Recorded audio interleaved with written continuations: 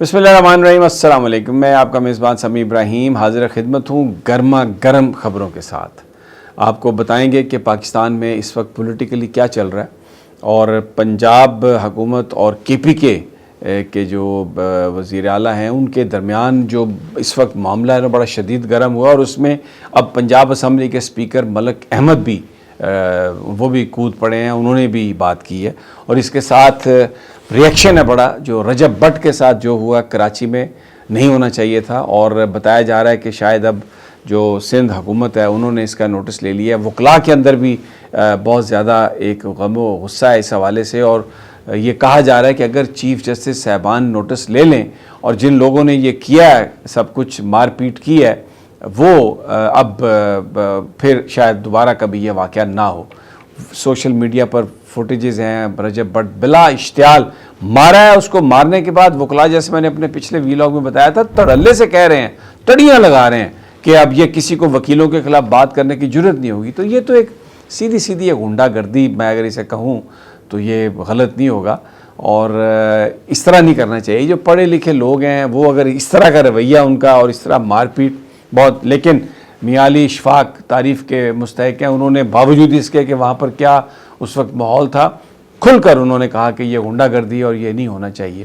تو یہ ایک بڑی اہم خبر ہے، اور اس کے ساتھ پنجاب پولیس کے حوالے سے خبر ہے۔ دیکھیں پاکستان کے اندر جو کچھ ہو رہا ہے، خاص طور پر پنجاب میں جس طرح سیاسی ورکروں کو مارا پیٹا گیا، جس طرح ان کی فیملیز کو تنگ کیا گیا، جس طرح یہ جو ایکسٹرا جوڈیشل کلنگ ہو رہی ہے پولیس مقابلوں میں، 2000 آلموسٹ وہ کہہ رہے ہیں اس سے زیادہ بندے مار دیے گئے ہیں، دنیا اس کو واچ کر رہی ہے۔ ہم جو مرضی اپنی تعریفیں کرتے رہیں اور یہ پاکستان کے میڈیا پر جتنا مرضی تعریفیں چلاتے رہیں، لیکن دنیا نے اس کا نوٹس لینا شروع کر دیا ہے۔ پنجاب پولیس کے ساتھ جو ہوا ہے اس قدر شرمناک صورتحال بنی ہے۔ 2 اعلیٰ افسران پنجاب پولیس کے فرانس جانا چاہتے تھے چھٹیاں گزارنے کے لیے، وہ ان کے ساتھ کیا ہوا، فرانس ایمبیسی نے کیا کہا، یہ میں آپ کو بتاؤں گا۔ اور پھر ذکر کریں گے اقرار الحسن صاحب کا۔ وہ ایک اینکر ہیں، بڑے اچھے اینکر ہیں، بڑا ان کی جرنلزم میں کنٹریبیوشن ہے، پولیٹیکل وہ پارٹی بنانا چاہتے ہیں، اور لندن میں وہ کچھ خواتین کے ہتھے چڑھ گئے اور انہوں نے خاصا ان کو سیدھا پدرا کیا ہے۔ بہرحال یہ ان کا حق ہے اقرار کا، وہ پالیٹکس کریں، لیکن سوال ان سے کیا گیا کہ تم عمران کرتے تھے، اب کس کے کہنے پہ، کس کی لانچ پہ، اور پچھلے کچھ عرصے سے جس طرح کی وہ باتیں کر رہے ہیں پی ٹی آئی کے لوگ ان سے خاصے خفا ہیں اس حوالے سے، وہ بھی صورتحال آپ سے ڈسکس کریں گے۔ لیکن سب سے پہلے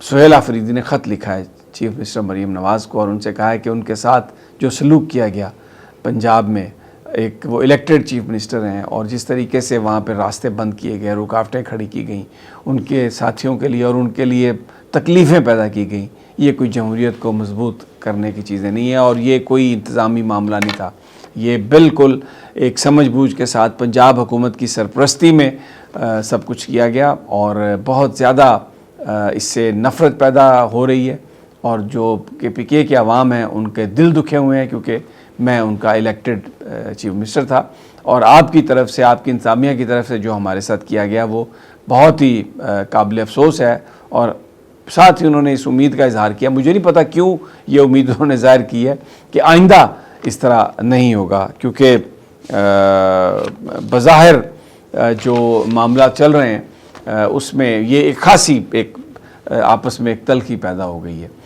اور ابھی ساری بات میں جناب اسپیکر صاحب بھی کود پڑے، پنجاب اسمبلی کے ملک محمد، انہوں نے ایک پریس کانفرنس کی، انہوں نے کہا میں تحقیقات کرواؤں گا، اور یہ مریم نواز صاحبہ کے حوالے سے جو گفتگو کی ہے مینا خان نے، یہ بڑی گری ہوئی گفتگو تھی، اور میں آئندہ ان کو اسمبلی میں گھسنے نہیں دوں گا۔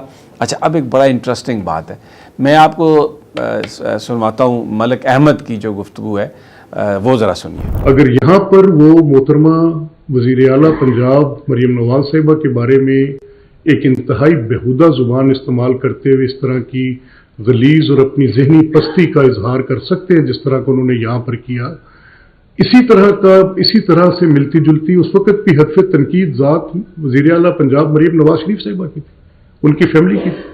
تو یہ مائنڈ سیٹ ہے، اس مائنڈ سیٹ کو یعنی وہ بالکل سیدھا کہہ رہے ہیں کہ یہ مریم نواز کا بارے میں جو نام لیا انہوں نے، مریم نواز کے بارے میں جو گفتگو کی ہے، یہ بڑی غلط ہے بات. اچھا اب مینا خان نے جو بات کی تھی، ان سے جو سوال ہوا تھا اس میں تو کوئی مریم نواز صاحبہ کا نام ہی نہیں ہے.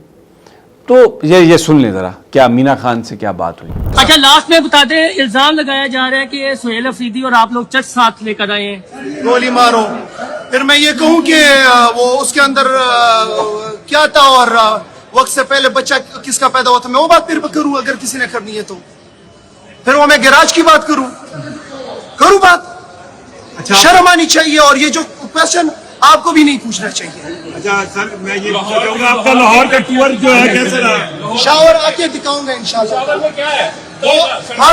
ہر وہ چیز زبردست بنی ہے. اب اس میں انہوں نے گراج کی بات کی، غصے سے بات کی، لیکن اس پوری گفتگو میں کہیں پر بھی مریم نواز صاحبہ کا نام نہیں ہے.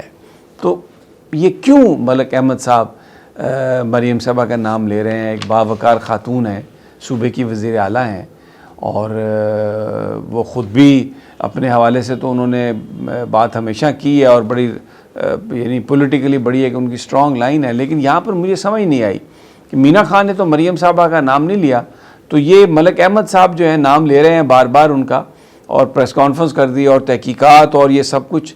تو یہ تو مجھے لگتا ہے کہ مریم صاحبہ بھی خفا ہوں گی ان سے اس بات پر کہ یہ آپ کیوں یہ اس طرح کر رہے ہیں. اور ایک عام سوال ہے کہ کیا وہ جب نام ہی نہیں ہے تو اتنی پریس کانفرنس کر ڈالی اور یہ سارا کچھ.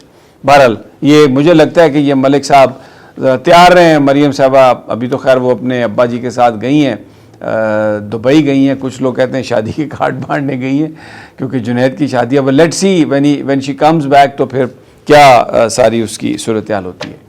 میں نے آپ کو پولیس افسران کی بات بتائی، پنجاب پولیس کے 2 افسر. ایک بتایا جاتا ہے، یہ جو رضی طاہر صاحب کی سٹوری ہے، بڑے زبردست رپورٹر ہیں، کہ جناب ایک ڈی آئی جی اور ایک ایس ایس پی، انہوں نے کہا جی چھٹیاں گزارنے چلتے ہیں فرانس. تو ویزا اپلائی کر دیا، ویزا فرانس کی ایمبیسی نے ریجیکٹ کر دیا. لیکن اس کے ساتھ جو انہوں نے ویزا ریجیکٹ کرنے کی جو وجہ بتائی ہے، اس میں انہوں نے کہا ہے کہ جناب یہ یورپین یونین اور فرانس کی پالیسی ہے کہ ہم کسی ایسے ادارے کے لوگوں کو جن کے اوپر انسانی حقوق کے خلاف ورزی کے سنگین الزامات ہوں، ان کو ہم ویزا نہیں دیں گے. اور آپ کا ادارہ یعنی پنجاب پولیس، ان کے اوپر بڑے سنگین الزامات، مطلب انہوں نے ایک اندیا دیا ہے. یہ انہوں نے پنجاب پولیس کا نام نہیں لیا اور یہ ان کو مخاطب کر کے نہیں کہا، لیکن انہوں نے جو گفتگو لکھی ہے اپنے جواب میں رپورٹ کے مطابق، جس میں انہوں نے یہ کہا ہے کہ جس پر بھی سنگین الزامات ہوں ادارے پر، ان کے افسران کو ہم یہ نہیں دیتے، ویزا نہیں دیتے.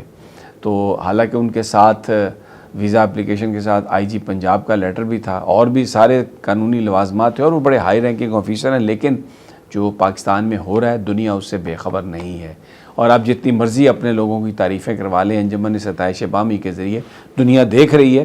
اور یہ ایک بہت بڑی سبکی ہے، یہ مریم نواز کی سبکی ہے جس صوبے کو وہ لیڈ کرتی ہے.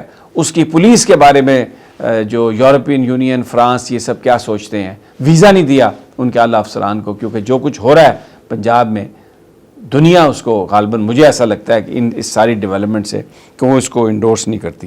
اچھا جناب، ایک بات یہ ہے کہ اقرار الحسن صاحب کا میں نے ذکر کیا تھا، پارٹی انہوں نے بنائی، ابھی رجسٹر تو نہیں کرائی، نہ ہی اس کا کوئی نام آیا، لیکن وہ موومنٹ چلاتے پھر رہے ہیں ہر طرف. اور نوجوانوں کا انہوں نے ایک گروہ بھی بنایا ہوا ہے. وہاں پر 2 خواتین کے ہتھے چڑھ گئے لنڈن میں، اور ان خواتین نے جو درگت بنائی ہے اور باتیں جو سوال بڑے تل ان کے سخت تھے. درگت تو خیر میں نے مجھے یقین ہے کہ اقرار الحسن صاحب اس بات کو مائنڈ نہیں کریں گے، لیکن انہوں نے بڑے سخت سوالات کیے ہیں اور انہوں نے ایک طرح سے جیسے پنجابی میں کہتے ہیں نا پدرا کر دیا. تو پولیٹکس میں اب قدم رکھ دیا ہے تو یہ اٹس اے ویری بمپی روڈ. تو وی وش ہم بیسٹ آف لک، لیکن لیٹ سی کہ کیا ہوتا ہے. پر ابھی تو جو ہے تماشا یہ چل پڑا ہے. اجازت دیجیے اگلی ویڈیو تک، اللہ نے کے